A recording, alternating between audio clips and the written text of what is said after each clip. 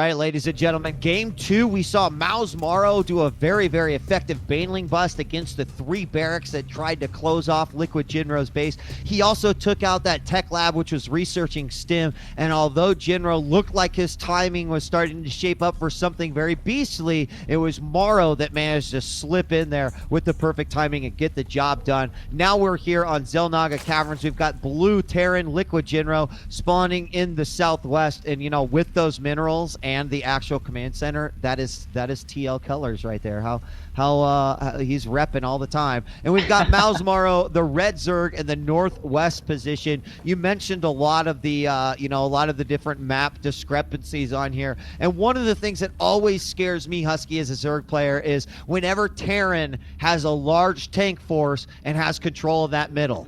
Sure, there might be a lot of mobility for the Zerg, but having control of that middle, it makes it really tricky to know when to attack and what units to do it with, and what is the Terran going to have. So, you know, it's times like this in TVZs where I always find myself nervous on the edge of my seat, because if it gets to that point in the game, it's always very tricky to deal with.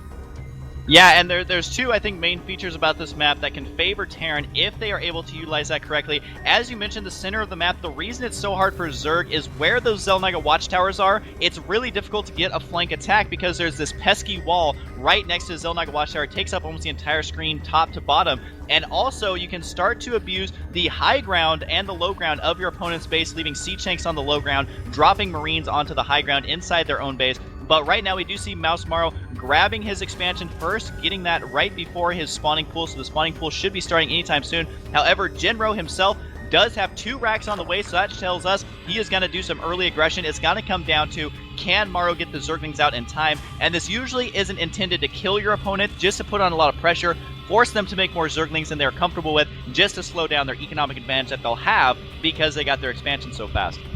Yeah, you're absolutely right. You know, kind of punishing the Zerg for going for that fast expand. Right now, the pool is about 30% done, just droning up over here. Meanwhile, we do have a couple Marines from Jinro already heading down. SCV does accompany them in case he does see an opportunity to maybe place a bunker. We have an SCV inside the base of MorroW's main as well, and he's just going to skirt around. And a drone inside or near the natural, and we got a lot of drones coming out here. What is this Marine and SCV going to do? A lot of times the bunker can be made just out of space, but look at that. The drones that were transferring over managed to see that bunker. They're going to try to surround there on the SCV. Another SCV does come in. They do take out the SCV building that bunker, but one Marine is kind of trapped back here by this stalagmite. He is taking out these drones. A second Marine comes up here, and these drones are just getting knocked down, and the bunker is about going to be completed here by this SCV. We do have a couple of spine crawlers coming in. Finally, we got the Zerglings out. Will the Zerglings be able to stop the bunker? No, it doesn't look like it. And Marines will have a home, at least temporarily. Yeah, this is all about location with this bunker. They will happily sit in this bunker, and they are even in range of that spine crawler. It will be forced to cancel. He does cancel it in time, so he will save that. Now, this has already been as effective as it can be. Jinro is sitting back in Korea. He has a big banana grin on his face. He may even kill his spine crawler if he's lucky. But this rush went as good as it can. He's going to continue to reinforce. As you can see, MorroW trying to intercept the reinforcements, does kill off one Marine. However, he is sacrificing his Zergling against that bunker, and he wants to kill as many of these reinforcing Marines as he can. So Jinro, it is now going to be safe for him to expand if he wants, but instead is actually going to be throwing down a 3rd rack, may continue this pressure instead of going for that expand. So that was really good play there by Jinro.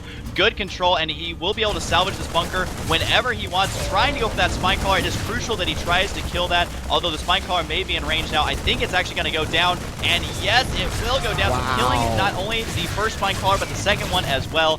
Jinro is having a blast in this game. MorroW, not so much.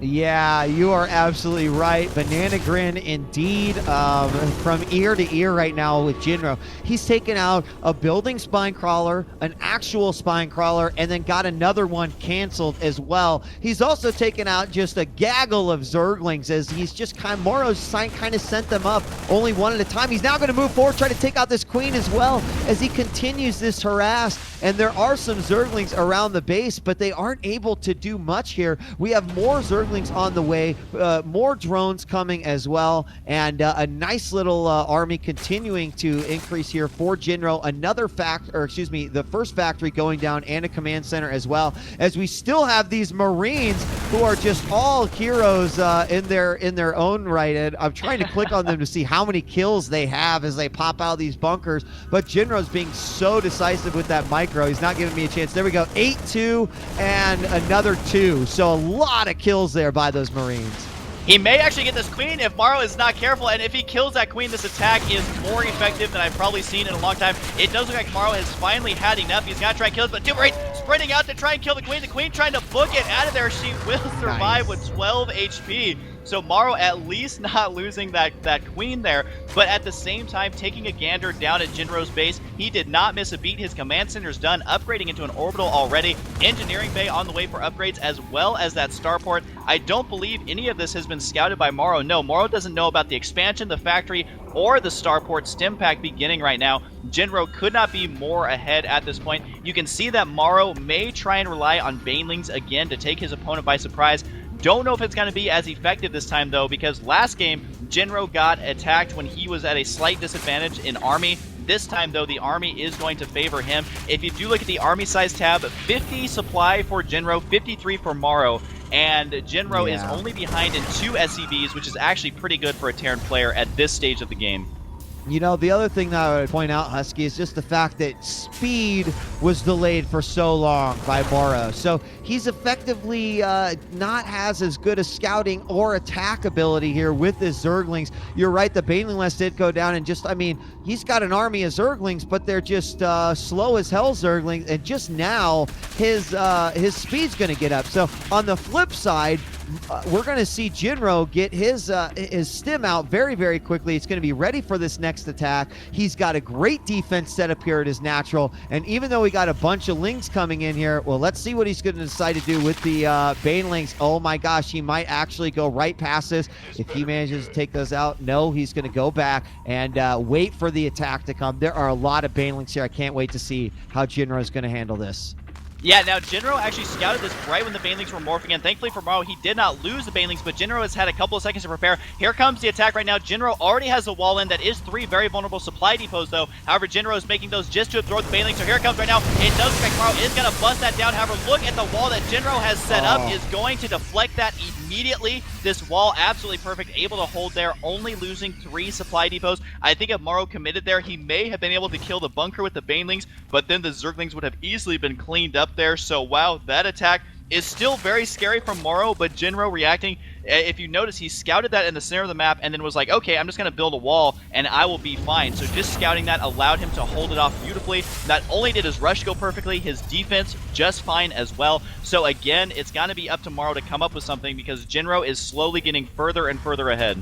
Yeah, and Jinro right now loading up a medevac, sending it out on the west edge of the map. He's going to probably drop it into the natural. Meanwhile, a lot of Lings out for MorroW right now, and actually a good amount, especially with the amount of gas that he's sitting on, that he could potentially go in for another attack. But this is the time to be ready for anything that could, any impending drops that might become, any counterattacks that could take place, versus just a full-on aggression right now. He has taken the gold base, which I kind of like, but how is this drop going to come in from Liquid Jinro? He actually decided to go ahead and drop it outside of range, and he's going to stim forward, start working on these Zerglings that are taking out the rocks. He not only gets them away, oh, here come the Banelings. Will he be able to pick them up? Yes, he does. Only 1 Marine dying to that large force, and again, another effective sort of distraction, if you will, from Jinro to MorroW.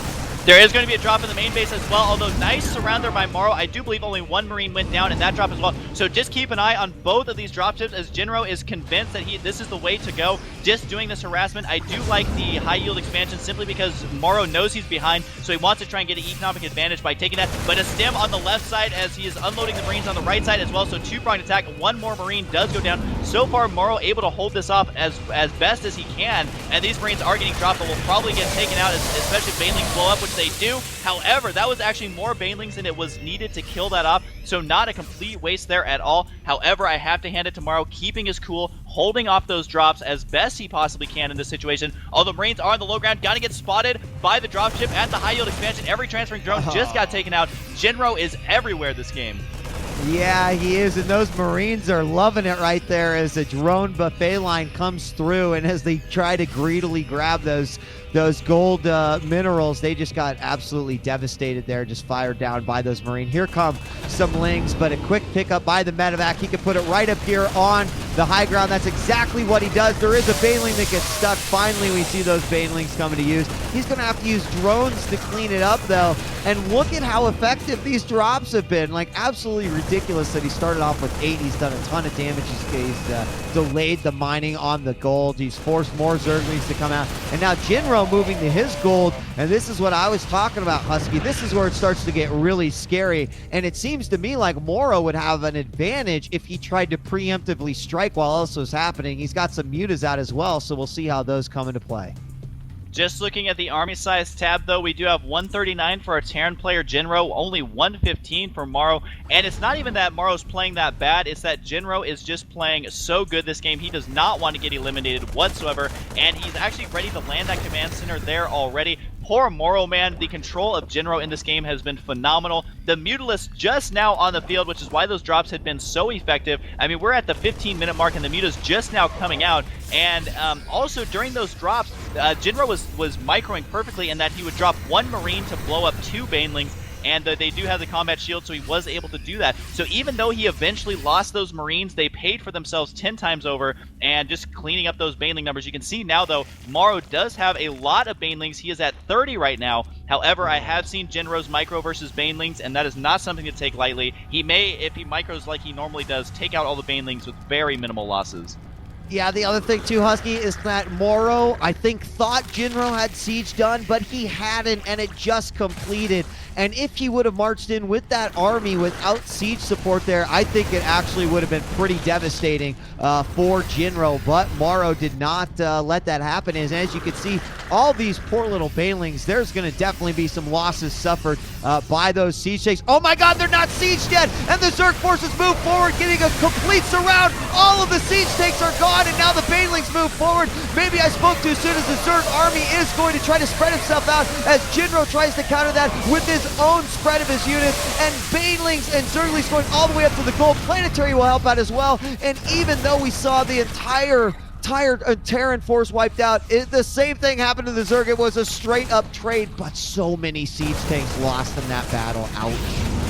There's also a drop in the top right side going down, killing 5 or 6 drones in that drop. Now, unfortunately for Jinro, he did not do that drop during the attack, but that attack was beautiful by MorroW, forcing him to micro his Marines instead. However, Jinro is pissed. He's moving into the center of the map, splitting up Marines to the left side as well, although the siege tank is going to get surrounded and instantly sniped. Keeping an eye on the drop up there. It did get cleaned up. The Queen going to be able to shoot down that medevac, it looks like. And so MorroW, by some strength, I don't even know how he's doing it, is holding on versus this harassment, but his expansion on the left side is vulnerable to these 5 Marines who have stemmed to get over there. MorroW trying to break down the rocks to protect that. Jinro may force the cancel on this nearly completed hatchery. This hatchery is literally a second from completing, and it looks like it'll actually get taken out. The Mula's trying to clean this up. It is very close, and the hatchery is going to survive with 7 HP, so he can mine there for a little while, but 1 Marine running in there can take it out.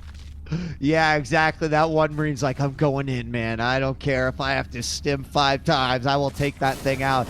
And so that's interesting, you know, like, you have to ask yourself, should he have canceled it? And great tank placement. You mentioned this earlier, Husky, that this can be one of those things that makes Zerg's life miserable on this matchup. Putting those high ground siege tanks up there right now, the only thing that Zerg has in order to effectively combat that is, of course, those mutas that will just get chewed alive by those Marines there. So it suddenly becomes this perfect counter towards the Zerg. And you almost have to wonder, going back to that hatchery, 23 hit points now. Sure, it's going to heal up, but some Marines will be able to quickly take it down. Will MorroW spend too much time thinking about that? I don't know. We've got another attack coming in here to the gold. This time we do have our mutas going in. Great transfuse on those mutas, but just too many Marines there to do the damage they need. He will move back. Queen goes down as well, and here comes the rest of MorroW's forces.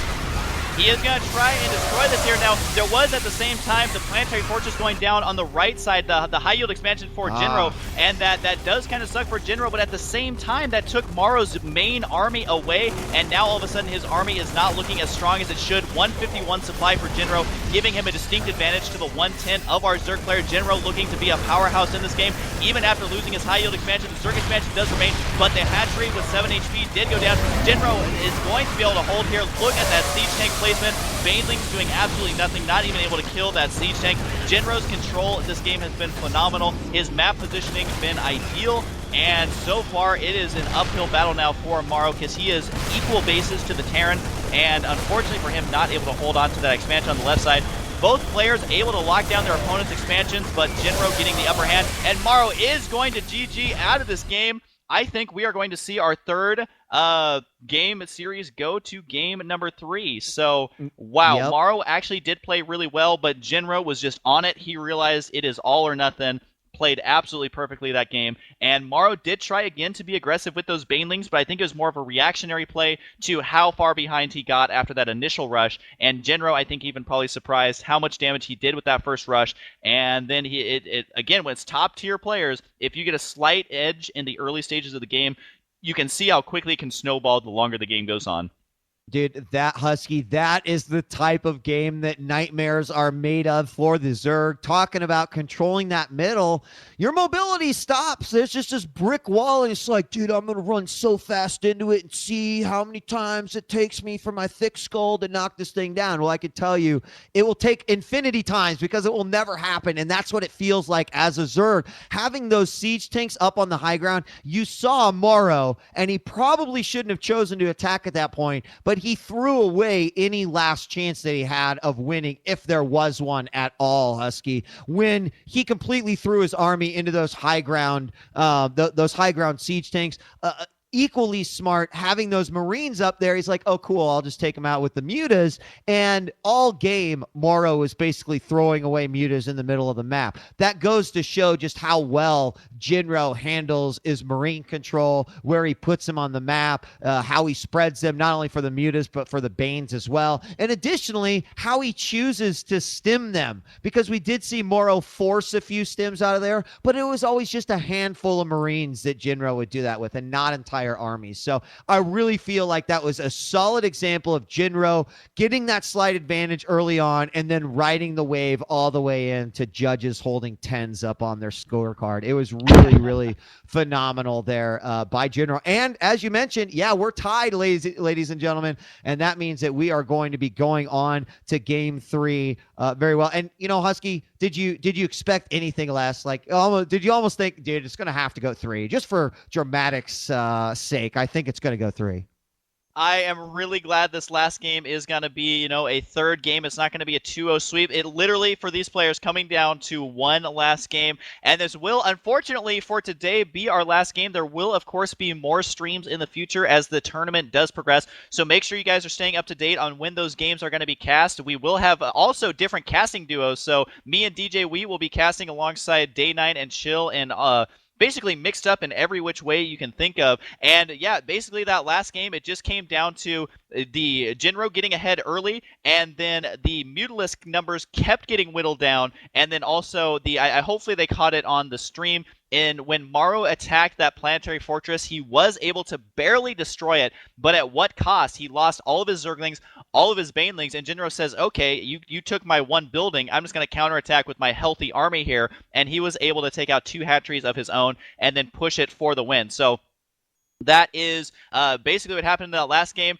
And then also, guys, make sure we mentioned this earlier, but if you're just tuning in, go ahead and check out the raffle. It is for anyone outside of the United States. So like me and DJ Wheat, we cannot participate, but if you are outside of the United States, you can participate. And so where can they find out about that? They can find out about it on the Team Liquid thread, guys. Just, you know, over on the side. I know all of you have been following it, but there is a TSL section of all of the various articles, recaps, upcoming games, brackets, like basically everything that you could want out of TSL3. All the info's right there. Just click on one of the threads. You'll be able to find it.